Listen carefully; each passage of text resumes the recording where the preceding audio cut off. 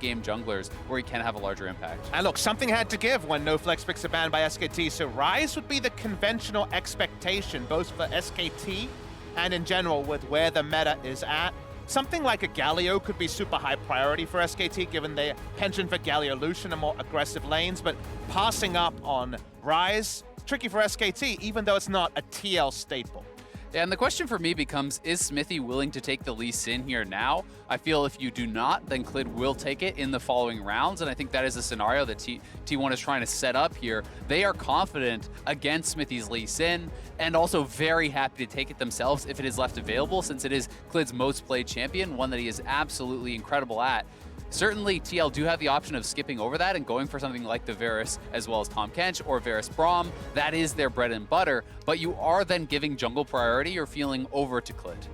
Difficult position to be sure. They have opted to set up that bottom lane for success with a strong lane in the Varus Tahm Kench. I wonder if SKT will respond with some early game picks of their own. Teddy's been loving the Lucian, he's been loving the Kalista. So traditionally, they've liked the Kalista into the Tahm Kench lanes because you can just pump in the Ren stacks and not actually press Ren until after Grey health comes down. But if they want Kalista, they'd have to take it first round, and it would likely be in lieu of one of these jungle picks. However, they could drop their support, take Lee Sin now. They're kind of caught between two options. They just prefer the entire power of the Kalista Galio lane we alluded to. Yeah, and I think that makes a lot of sense. You know, if you are really trying to get this Kalista in, I do think you need to be able to play it alongside an aggressive engage type support. You know, if they did grab Lee Sin here and they took the Kalista, you could certainly see things like the Galio and maybe even the Thresh being targeted out by TL in bans. But again, TL, you know, they have to kind of make their decision. Are you going to take your jungler here? Instead, it is going to be the Kennen, and they have seemed happy in a couple of these games now to take the Kennen into the Ryze.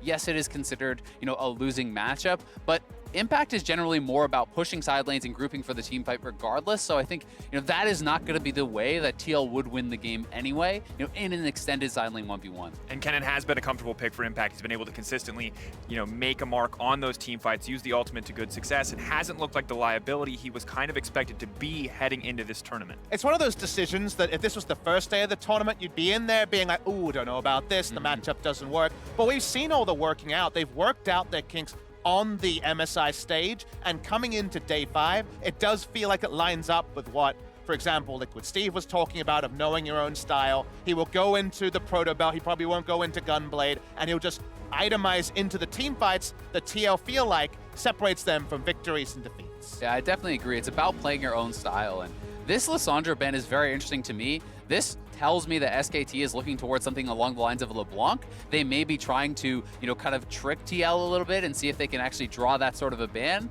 Instead, TL with the Olaf ban here tells me they're trying to set up for that potential Lee Sin pick, take away the last of those kind of high priority physical damage junglers with their first pick in the second round. That being said, we have seen some Xin Zhao from some teams, Boogie notably, playing it quite a lot. So there are still those other options. But I kind of agree with your first point, Azael, of it doesn't really make sense to not ban the Lee Sin here if you don't want to pick it, because Clid has shown such a level of mastery over the pick that he can reinvent himself whatever the matchup. Notice the Skarner ban actually comes to SKT, a TL special when it came to kind of around the playoff stages. If you want that Lee Sin, either pick it now or show us you have another strategy to subvert it. Skarner banned away. Still something we have not seen from TL yet on this stage. SKT giving it the respect, though, after you mentioned fantastic playoffs with that pick. But you can tell TL taking their time, debating on what they want to go for, and it will be the Hecarim now locked in. Yeah, and this is a potential flex, you know, but very unlikely that we would see that. You know, we have seen at times Kennen move to mid in very specific matchups, but definitely expecting this to be a Xmithie jungler.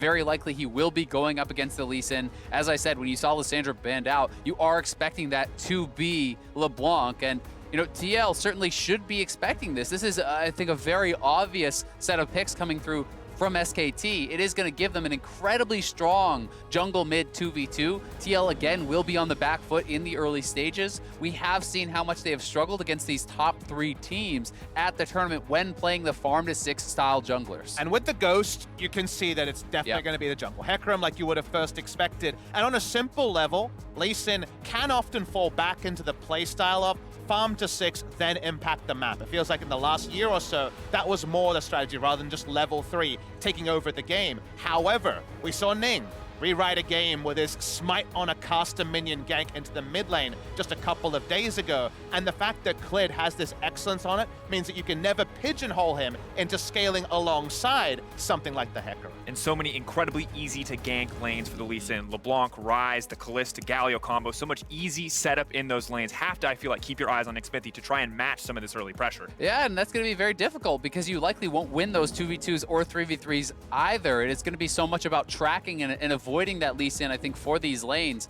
because there's gank assists all across the map, and Clid can take over. It's almost a priority versus potential to me, because while Ryze will get into a good spot against Kennen, in the early levels you can definitely get started on the side of TL. However, the potential of all that lockdown CC, those gankable lanes, could be big for SKT. And of course, big stakes for both of these teams heading into the day. SKT looking to secure second. It'll rely on G2 falling short a game, but they need to get the 2-0 if they want to make it there. On the opposite side, Team Liquid fighting for their lives, fighting for the final spot in that bracket stage, in those playoffs, in that best of 5. And for North America to fall flat here would be a massive disappointment to the LCS player base. We've seen how TL have performed under pressure thus far. They are going to have to take it to another level in our first game of the day if they want to match.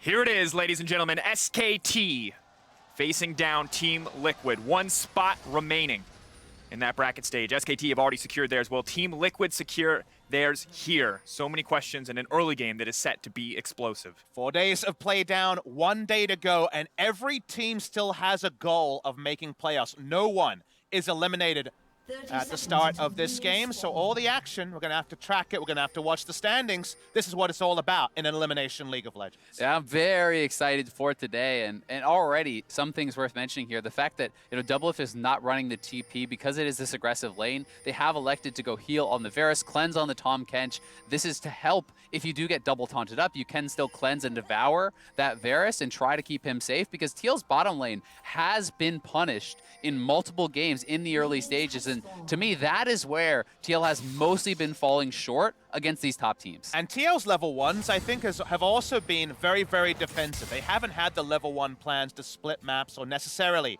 find big leads to begin. And SKT, there's quite a lot going on here in the level 1 to discuss. One thing I want to point out is that Khan has gone Aftershock Ryze. It's in a lot more of Comet and Phase Rush. This, to me, says he might be left on an island and potentially just have to subvert ganks 1v2. And already seeing some aggressive trading in the mid lane. Both mid laners content trading stacks of Corrupting Potion just to lay down a bit of damage, just to threaten. Could potentially see a level 2, but feels unlikely at this point, as Lee Sin is already pathing towards the bottom side. Starting top side, and probably going to be avoiding action until at least level 3. We've seen some very creative stuff when Faker's on LeBlanc and Clid is on Lee Sin. For example, in the LCK playoffs and during the regular season, there were level 2 ganks in the mid lane where Faker started W, took the chain, and then just went for a quick gank. In terms of pathing here, it seems like big buff into big buff is the path here, as vertical jungling enacted by Clid.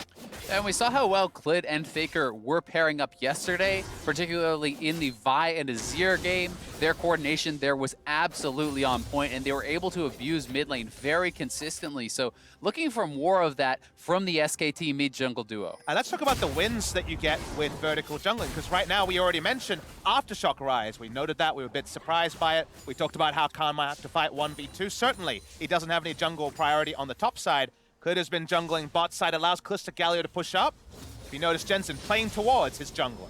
But the chain is going to connect, has to be careful. Clid is going to move in. Jensen all but set to fall. Your flash over the wall. Clid does not hesitate to follow up. That's going to be first blood. Clid going to grab it with one more auto, taking down Jensen in the mid lane. Yeah, making it look way too easy there. Jensen not able to play this correctly, not far enough to that top side of the map. The chains do land. He doesn't elect to actually early flash it. He isn't able to land a Scatter of the Week on the Lee Sin either. Nothing really going well there for Jensen, and he's going to go down. On a simple level, yes, he was closer to the side of the map his jungler was on, but his jungler was going for a 4-camp clear, and it was only 3 camps into gank by the Lee Sin. That means that, as you notice, yes, Hecarim is on the top side, as is Jensen, but it's not in position to counter gank, so this path doesn't actually allow Jensen to push up halfway down the lane.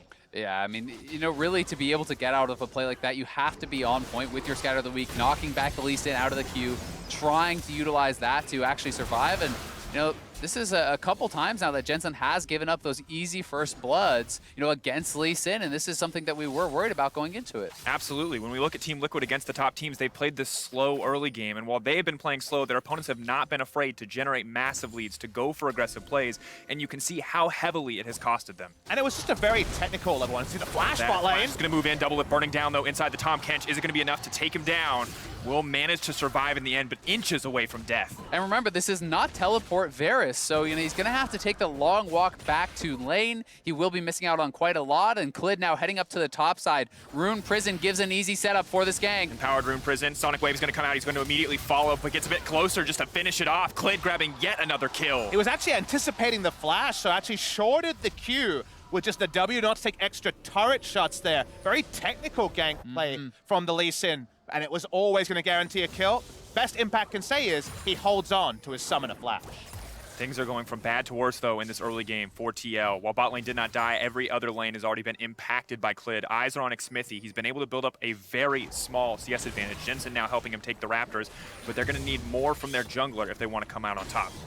Yeah, they certainly are. And for Xmithie, it's going to be about, again, surviving those early stages, getting to the point where you can have that relevance. But if Clid is cashing in on all these kills in the early game, you won't really ever get to that point where you can match up against the Lee Sin. And, you know, if your lanes are too far behind when you're hitting that 6, it's so devastating. And Clid, again, just like last time, is going to take this early lead and turn it into an early dragon. And that Infernal Drake start is going to be so big for this team, as is so evidently clear from the champions on the side of SKT. I liked that when we did see Xmithie and Jensen the most recent time, they were making a two-man rotation to get something. Yes, only Raptors compared to the kills and potentially Infernal Drake. They'll be finished now. But what we saw from that first gank was Faker and Clid on the same page, Xmithie and Jensen not, and now Faker and Clid back on that page. Yeah, and DoubleLift is very low. I think this is going to be a pretty easy kill for SKT. They're behind him. Forcing out the Devour. Tahm Kench now has to flash out to safety, spits him right back out. DoubleLift flash to flash for his life. CoreJJ may just be the sacrificial catfish here. Tahm connects, and he will now go down. The thick scan buys a bit of time, but it is not enough as SKT find yet another kill. Yeah, no way out of that for DoubleLift and CoreJJ. They played it about as well as they could to escape, but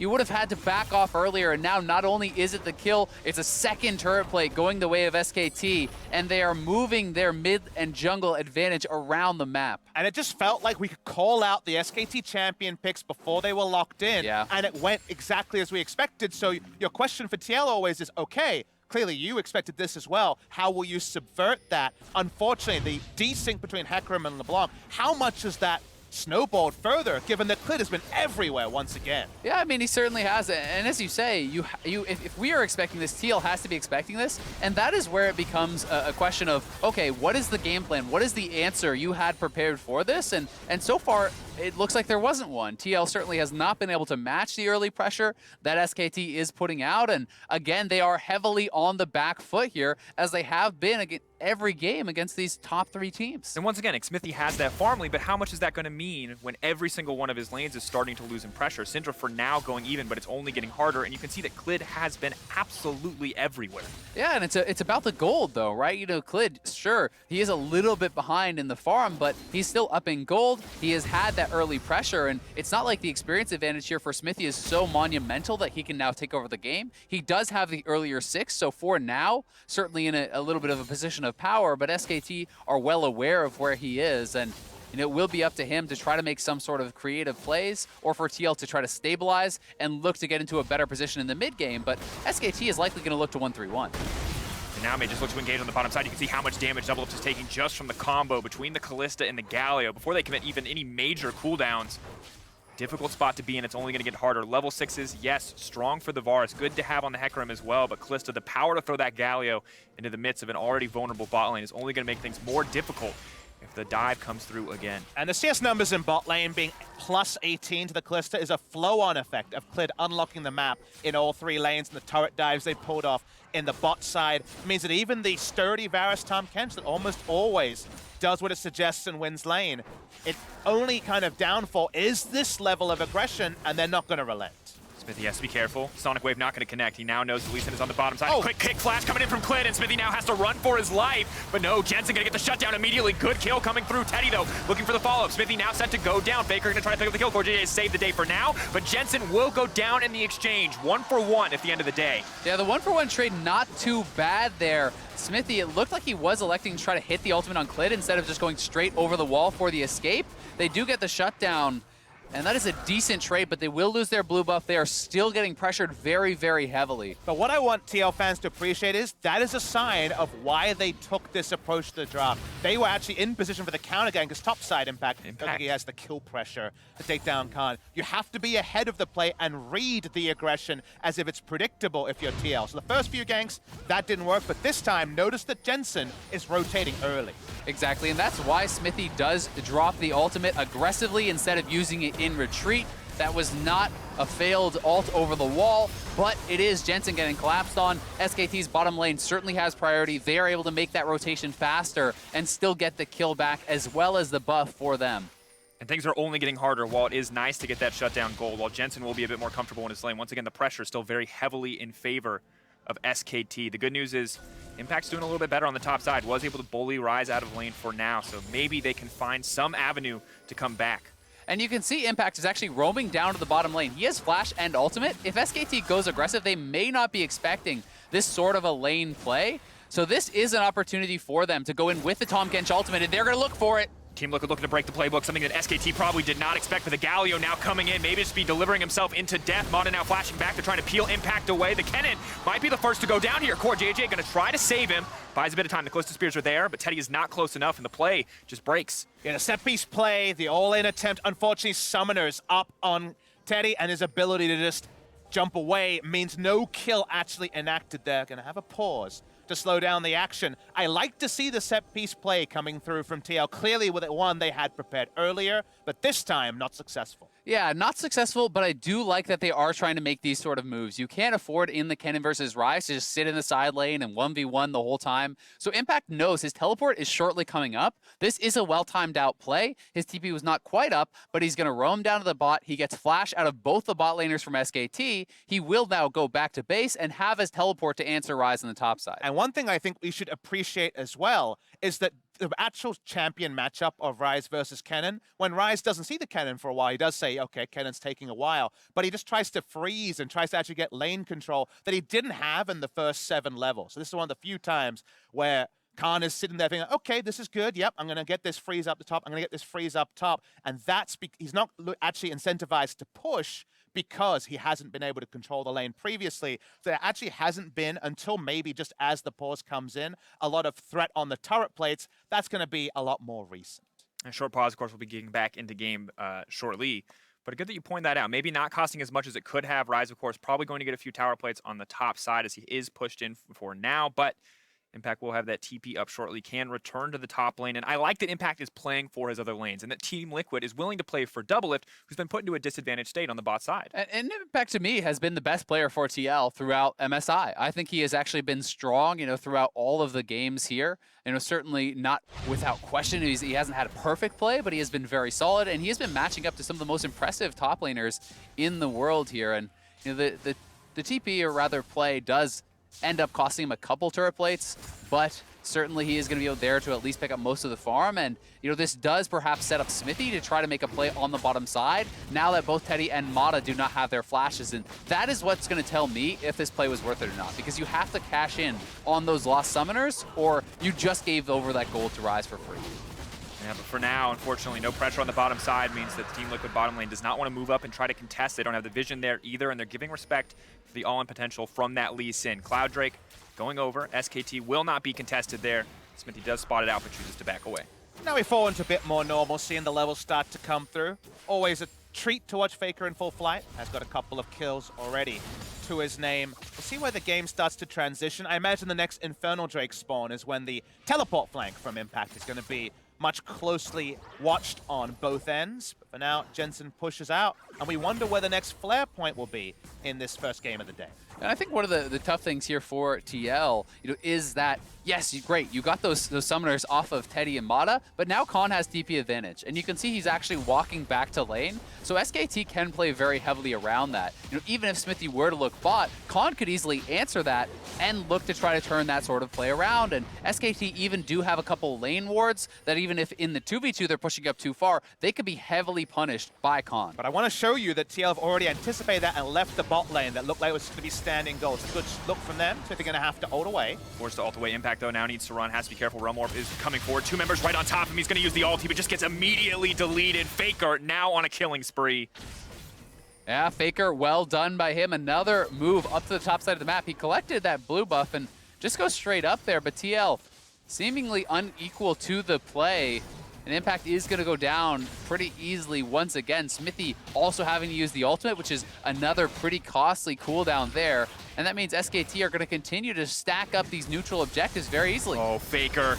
CoreJJ trying to save the day there, but when SKT have this lead, when they push their vision forward like this, it feels so impossible to enter your own jungle, to even survive in your own territory. Yeah, the deep ward prepared earlier means that any defensive setup around the Rift Herald is so easily answered, and of course getting a pick before all this started made it trivial. SKT is moving their battlefield, and even though TL are making nice counter rotations to try to stem the bleeding, SKT staying 1 foot ahead.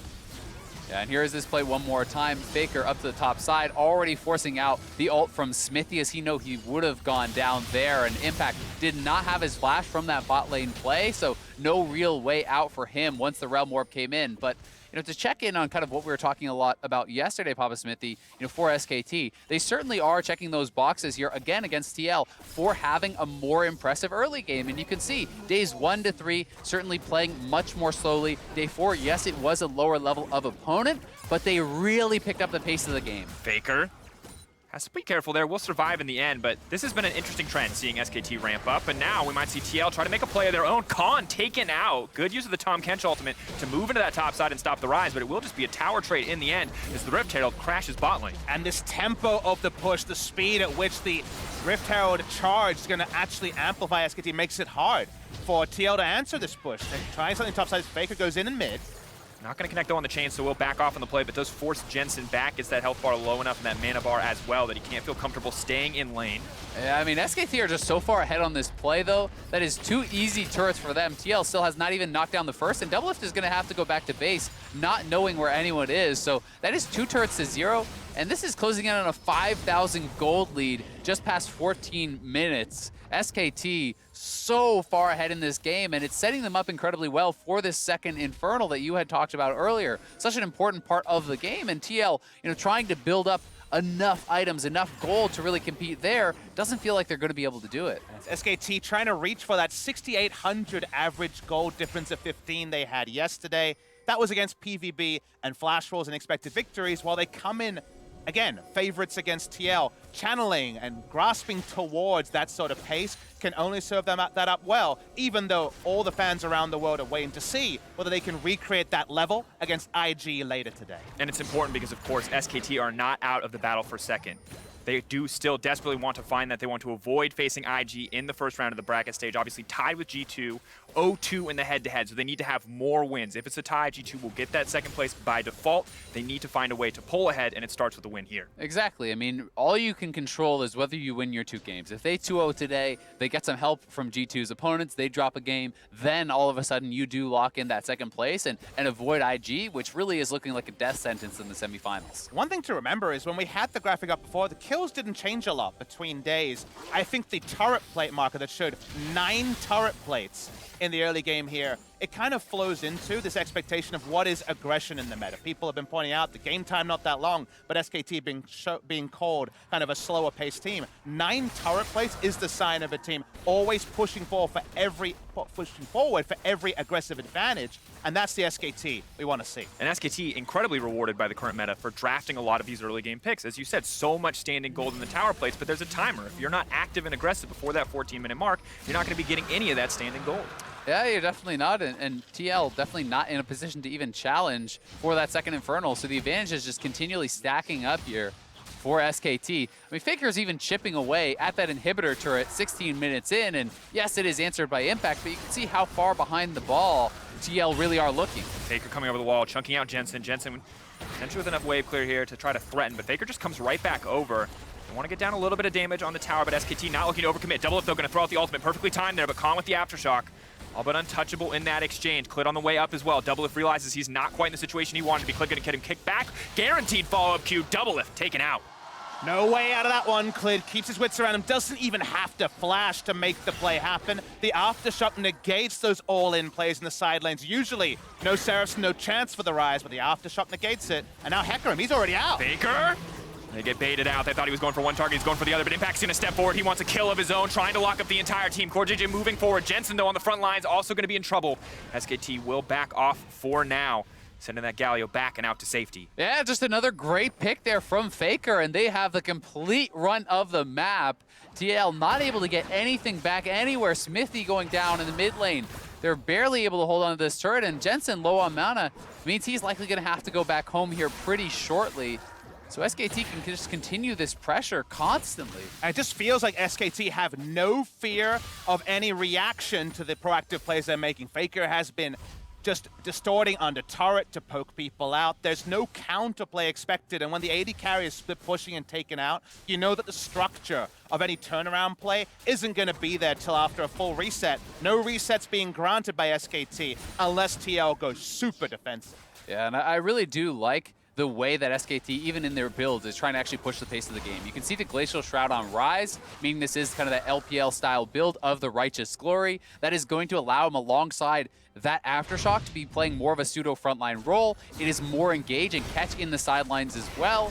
And this is Xmithie again, getting chunked very low. This was him barely surviving just before Faker was able to double the sword in and get that pick on his recall. The lane ward looks like it's in turret range. It's so deep, but it's what allows Faker to make actually a pretty controlled play on a dive like that. Speaking of Faker, every time we snap out of a replay, he's at least half health someone on TL. Yeah, and forcing the barrier out from Jensen, it's only going to get harder and harder to survive up against Faker at this point in the game, and SKT are just in such a commanding position. We've seen TL in even games be able to play it out cleanly, be able to play across the map, but right now, there's just really no options for them to make plays on the map. And I honestly feel like with the dragons that are spawning, there's no hope even of outscaling your opponents, because this is a third Infernal coming up now for SKT. That is such a monumental advantage on top of their gold lead that it really starts to get hard to think of any sort of way in which TL could claw their way back in. So I am expecting TL to challenge at this next dragon, and I think that has to be where you make your stand and just pray for some sort of a team fight victory. And again, and with a comp like TL have with Syndra Varus, you need to prep your vision and set up for a team fight you can't re-invade. And actually, if you look at the minimap, TL actually don't control any quadrant of the map currently. That has to change before an objective spawn. Which makes it even more terrifying, because if it does come down to that last team fight, this is also the battle for fourth. TL need to win games if they want to lock that spot. Difficult situation for them to be in if they start to fall behind. 1 game up on Flash Wolves, 2 games up on PvP. Do not want to go into a tiebreaker at the end of the day. We don't even want to talk about the records historically. We saw what happened last year versus Fnatic. Well, we can talk about them. It's a 0% win rate for North America. Terrifying spot. Interestingly enough, Mata may have overstepped. Now Teddy is going to pull him right back, though. Has that insurance policy. Teddy happy to pull him out of danger. And that's one of the few avenues where TL can chase for something, is down a lane where the vision is not as important, which we already mentioned they haven't laid. Khan looking in, doesn't know Impact's here. Ghost coming out. Impact, though, just going to Splinter Cell his way out of that one. Does not want anything to do with that fight. Yeah, I mean, there's just no way they can actually take him down, even in that 2v1. With the Aftershock and the Seraphs available, there was always going to be an SKT response, so Impact taking the smarter play there will back off, and TL may try to look for something again. It is so much down, I feel, to this next Infernal Dragon. It's going to be up in nearly 30 seconds, and TL have not been able to establish vision control in that area, as you said. And they just try to chase, but they have so little vision, and they're spotted more often than not. We saw the SKT had a ward just around that torch near the mid lane. They're pushing in further. Here's Faker. Throwing down a little bit of damage. Now the taunt is coming in as well. Teddy keeping his eyes set on the tower. They will manage to break down mid lane. TL grouped up under that tower, holding onto that tier for now. They will clear the way, but things only get scary. Look at that vision. They concede absolutely nothing on this map. And you just have to love the way that SKT are playing this out. They're harassing from multiple sides of the lanes. You have Faker poking from the left side, Clid on the right side, threatening a dive, and that is just pushing TL off of the towers. And TL now are in a position where even if they try to contest for this, the dragon is already gone, so there's nothing they're really able to respond to, and you have to give so much credit to SKT and the way that they actually manufactured this third dragon take. Ooh. No vision on the side, though, but they anticipate the flank coming. CoreJJ going to do what he can to save his teammates, but he himself may be in the line of fire. Faker, though, overstaying his welcome, but will manage to make it out. Arrow not going to connect either. Team Liquid trying to get something back, but they have found nothing yet. Mata has to be careful. Impact looking for the flank. This could be his moment, but the flank is warded out as well. Now the Galio is going to move into the fight. Xmithie goes golden, but it may just be a death sentence for him as he does get caught out. Khan going to grab the kill in the end. Teddy and Khan so incredibly low. DoubleLift trying to get something back. Khan will drop in the end. SKT, though, going to continue to look for the dive. Stepping forward. Faker into the midst of the team. Impact trying to find the disengage, but gets juked out by the distortion and gets nothing in return. SKT with the Aftershock Ryze can actually make this fight happen, poking for more, stopping the backs, keeping up the pressure. They're just never done. Their foot is so jammed on the accelerator. Here's Clid. Oh, Jensen has a Tahm Kench there to save the day. Clid would have taken that one otherwise. Yeah, not going to be able to get that kill, but they are going to be able to get everything else. I mean, when you have a LeBlanc that's this fed, on top of Triple Infernal, one of the things I always like to talk about with Assassins is hitting certain damage thresholds. And when you have that damage threshold where you can threaten 100 to 0 with your combo, the map becomes your playground, and Faker is certainly at this point, and look how tanky this Ryze is. Aftershock, plus the armor and health on that Righteous Glory, as well as the Seraphs, means he can tank up and make these aggressive plays. He feels strong enough to walk up in a guaranteed 4v5 because he knows his mid laner is on a back timing, the sort of thing that really hurt them in previous series. But right now, because it's a lot more calculated, they know their strength, and they know that TL are so far behind. And now we're seeing SKT do to TL what TL have done to so many teams. We saw them do it to PvB in the play-ins. Once they have a lead, they choke you out, they push you out of the game, and it must be so infuriating for Team Liquid right now to know that there's so much pressure on them and they have so little agency in this game. And I honestly feel like anytime you are playing a game, despite the gold lead, when you look up and see 3 Infernals, you're feeling doomed, right? And SKT, I think, is giving no options for TL in this game. They are playing it so cleanly. And with this lead, and with the Kalista, I think there's really nothing stopping SKT from playing it out however they want. You can go to the Baron, force a fight there, look for a turn. You can also play this out in a clean 1-3-1 game, avoiding fights. There's not really any hope for TL besides a miracle team fight or a lot of picks in a row that are really pre-set up by SKT's mistakes. So with that inevitability you're alluding to, Azael, we get to actually see how SKT chooses to play it out and try to determine what that means with future opposition. It's very likely their future games from here are IG in the last best of 1 into a best of 5 against G2 if results go as expected. So does SKT grind out TL, or do they just try to blow them up? Difficult to be certain, but keeping our eyes for now, they have grouped up. They are trying to get a little bit more control in the jungle. Impact now forced to run. That constant threat, you said it already, Azael, that 100 to 0 from Faker just looming anytime anyone steps forward. For now, the game is about vision. We'll see where they want to put their lane assignments. Let's move a little bit further forward. No eyes on the Baron quite yet. Jensen just getting that Banshee's pop. Faker just poking constantly at the armor, trying to find a weakness. If you look at the inventory, so only a single control ward in the inventory from Khan means that actually contesting the red side jungle vision from TL is not possible right now for SKT. It's one of the few times where actually SKT are going to be forced into some backs, be forced into some reactive play, and TL have actually been able to set up a defensive perimeter that allows Syndra and Varus, admittedly with less items, to walk up and contest. Yeah, and TL are really trying to hang on to this area. I mean, it's so much about this top jungle quadrant when you are talking about Baron takes. This really is what gives you access in towards checking the Baron pit. If you lose control of this area, you no longer even have the ability to ward out the Baron, to even know if they were attempting it. And that really is the last bastion of hope for TL, trying to prevent the Baron or perhaps stop SKT on a take. Oh, Sleeper can spawn him, but might be too little too late. Blastcone takes impact to safety. Chains aren't going to connect an inch. Within an inch of death, rather, as that play fizzles out. Often the Nexus can be an Alamo, but it's the last defense point. Here we go. Gonna find the three-man taunt. Now backing off, though, immediately. Jensen is gonna get taken down. Faker now unstoppable. SKT, though, hold back. They are not interested in overstepping. They'll take that control of the Baron, and they may just start it up. Yeah, I think they very easily can just start this up with Teddy. Start stacking up those spears if they want, but they see TL coming in, and they will look for the turn. Or CoreJJ is gonna need to save DoubleLift. He doesn't even have the time. He has to back away. CoreJJ is next on the list. Xmithie desperately just trying to get some farm off to the side, but it might be too little too late for the entire TL team. Clid grabbing the kill onto CoreJJ, and SKT in absolute control. Impact, though, waiting on the flank, has a bit of vision, could try to make a play here to save this game for TL. He does have Smite, so that is your kind of 1 in a million shot here with the Spellbook Smite, but he's warded out, and there's no way it's going to happen now. No flash either. Has to be careful. Maybe we'll try to go for the desperation play anyway. It's just instead going to go into the mid lane, of course, with a Kalista and a Lee Sin. Very difficult to contest already. But now Team Liquid will back off, choosing not to contest that one in the end, and Baron will go into the hands of SKT.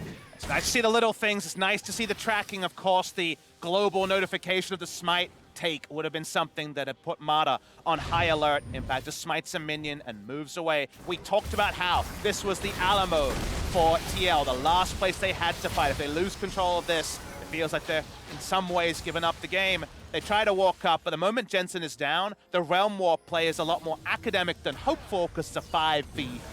Yeah, exactly. SKT, you know, there's no reason for them to take the 50-50, so they look for the turn, they get the picks, they know they have incredible Baron secure with Kalista and the Lee Sin, so just wipe TL off the map, secure another neutral objective here. That'll be the 5th Dragon for SKT this game, as they have been in complete control start to finish. Absolute dominance, but Faker overstaying, will still manage to make it out to safety, though that's a heartbreaker for TL. Desperately wanted that shutdown. The weight of items, guys. Unfortunately, the levels on the items means that the breakpoints aren't there for the counter kill for TL.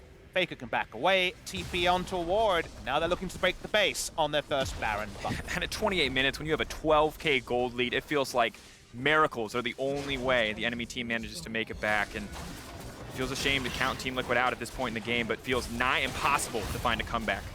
Yeah, certainly so. With how SKT is playing this out with triple Infernal, 12,000 gold lead, you really see no avenue for TL to get back in.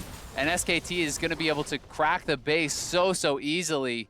Clid and Faker knocking down one inhibitor, Khan uncontested on the top side. This should be a triple inhib. SKT looking to close this one out quickly. And Team Liquid just seem defeated in the way they're playing. They do not know where to pick. You said the Alamo already happened, and you can see it in the way that they play. They're backing off now, but SKT still gonna look to close out with confidence. Teddy gonna grab a kill. Galio into the backline, powered up by the Lee Sin. DoubleLift immediately deleted. It is an absolute slaughter in the base of TL. The triple for Teddy gonna look to make it a quadra, pulling through in the end. SKT from start to finish have dominated this game. Another Kalista game, another no-death game for Teddy. SKT put TL into the ground.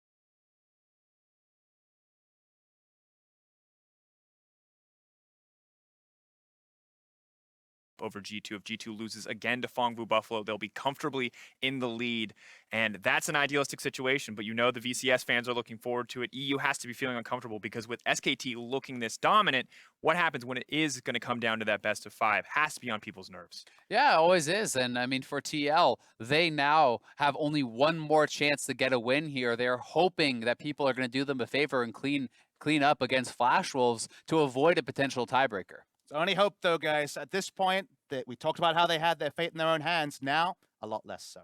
And difficult when you're losing games to those opponents that you go up, that you are fighting for that 4th place spot in. But for more on how SKT absolutely dominated Team Liquid, let's hear from the State Farm Analyst Desk. Thank you very much, Drakos. You can absolutely say that again. Dominance out of SKT over TL this time around. Not going to inspire a ton of confidence moving forward for TL, again, to grab one of those victories here in their scheduled games to maybe finish fourth. No, I mean, we were kind of anticipating. I think most of us would have said 0-2 on the day for Team Liquid, but you still want to see a little bit more out of the games as an NA Where's fan. the fight? Yeah, I mean, they made like 1 or 2 proactive plays. They often came up kind of short, and that's what I think ultimately hurt the most was like some of the ideas weren't bad around the Tahm Kench ulting people in and stuff, but they just felt like they're a step slow behind a lot of the other top teams. There's just waves of information for anybody that's out there that wants to like dig deep and VOD review. This is the game to do it because SKT did a layer of things. The first one was literally splitting the sides of the map. So Hecarim had no way to actually play towards what was their only strong side. Literally the only lane that was going to be good for Team Liquid. Nowhere the Hecarim's going to be there. Then he goes mid lane. So it really was just a game about Clid because Faker set him up well for that gank. Yeah, and I just think that when you have a look at how this game started, this is a full chain landing without flash, without distortion. Faker literally walks at Jensen, sets up Clid, and then Clid visits every single lane and just pays that forward. Yeah, go ahead, you go for it. I was gonna say, this is why we were saying, or at least I was saying, I want more proactivity out of their lanes to set kills up for Clid, because when you have that setup and a really aggressive, smart jungler, you start to be able to turn all these plays.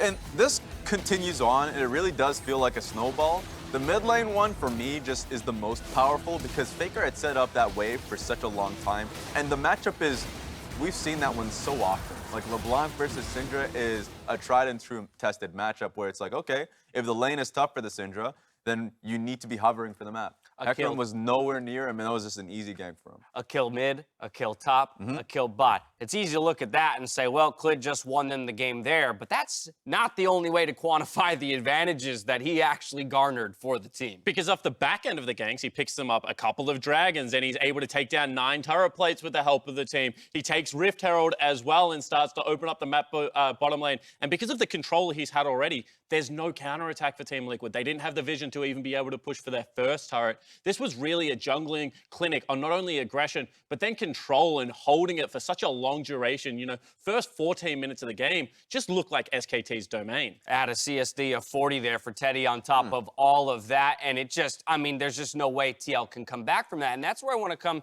to you, Mark, because we've got that Hecarim jungle again. We talk about looking for early plays, protecting those lanes, or set up for ganks. And Xmithie was an absolute non-factor in this one. Xmithie was an absolute non-factor, but you also have to look at your solo laners and like what they're able to play into. Like giving up Ryze versus whether it's IG, G2, or now SKT, giving that up and having Kennen be your answer is a tough position to be in because you're also banning out the other 3 flex picks. So you're not even like trading the Ryze for something else. Everyone knows you don't play Ryze. And when you start looking at like what does Team Liquid actually do with their bans on red side, I don't know if there's a way out of it. And from that position, you can't get good matchups in the top lane. You struggle to get good matchups in the mid lane. You end up in very difficult positions. When there are 5 good flex picks and you ban 3 of them phase 1, and then you ban another flex pick in phase 2, but you still give over Ryze, like what's the point of banning the flex picks at this point? There's 5 of them. You know that they're going to get their hands on whichever one they want. They're not playing the game your way. I would have much preferred, like, play towards your strengths. Give them a good solo lane. You need a good matchup bottom lane. You give Teddy his best champion. And that game just through bottom was going to be difficult for TL. I mean, at that point, I'd almost prefer that you remove just more of the junglers. Take every single early game jungler out of the equation for Clid, and then just make it more about the lanes. So like the strategy and then the execution. For me, absolutely, like the execution, SKT recognized what was going to be the skill matchup in the mid lane, the strong point for TL in the bottom side of the map. So the level 1s of, trading, pushing Hecarim to the top side of the map, suddenly, you know what, Team Liquid doesn't have a lane that they can play through anymore. And then you're thinking about mid lane, Hecarim's not hovering over the lane. So like, what was Team Liquid's early game strategy when they pushed away from the strength and never fought back? Well, the problem is that there is nothing they can do. You have, even at level 1, 5 champions are just not as good as the enemy champion. So you have to play level 1 on the back foot. And then early game, Hecarim's not going to be able to contest Lee Sin on first clear. No one can contest Lee Sin, apart from maybe Xin Zhao that we see a lot on the first clear. So you have to play the avoidance strategy. This is where I don't think it's Xmithie's fault. If you're being put on control junglers, your lanes need to do better. That's pure and simple. If you're Jensen, you get hit by that chain, you need to burn your flash because there is no way back into the game for you if you hold on to it. flash late, and then still die. This is something we've seen out of Liquid so often. They're burning summoner spells whilst dead. Jensen used both of his, and that's just so hard to play back into. Yeah, I mean, that's ultimately the case for me. Like, I don't think Xmithie's playing great, don't get me wrong, but when the draft is that difficult because you're not playing the flex picks the way the other top people are, and then they're not even playing well with the picks you do give them, it's so hard to play from that position. And that's taking nothing away from SKT, because you still have to be able to execute on the early game and how active they were. We keep saying this team falls into the slow bucket, that they can't go with G2 and, IG in the pace of the game. This game shows the complete opposite of that. They're picking LeBlanc, they're picking Kalista. This is an all-out early game comp, and they smashed TL in the early game. And to Papasmithy's point about this team being a chameleon, because they really can play to the early game, and they're showcasing that, it's relevant in this tournament. So that whole question about SKT versus Invictus Gaming certainly is flaring, and that's going to be our last. Yes. I cannot wait to see that matchup later in the day after this performance from SKT. When we return, though, G2 Esports.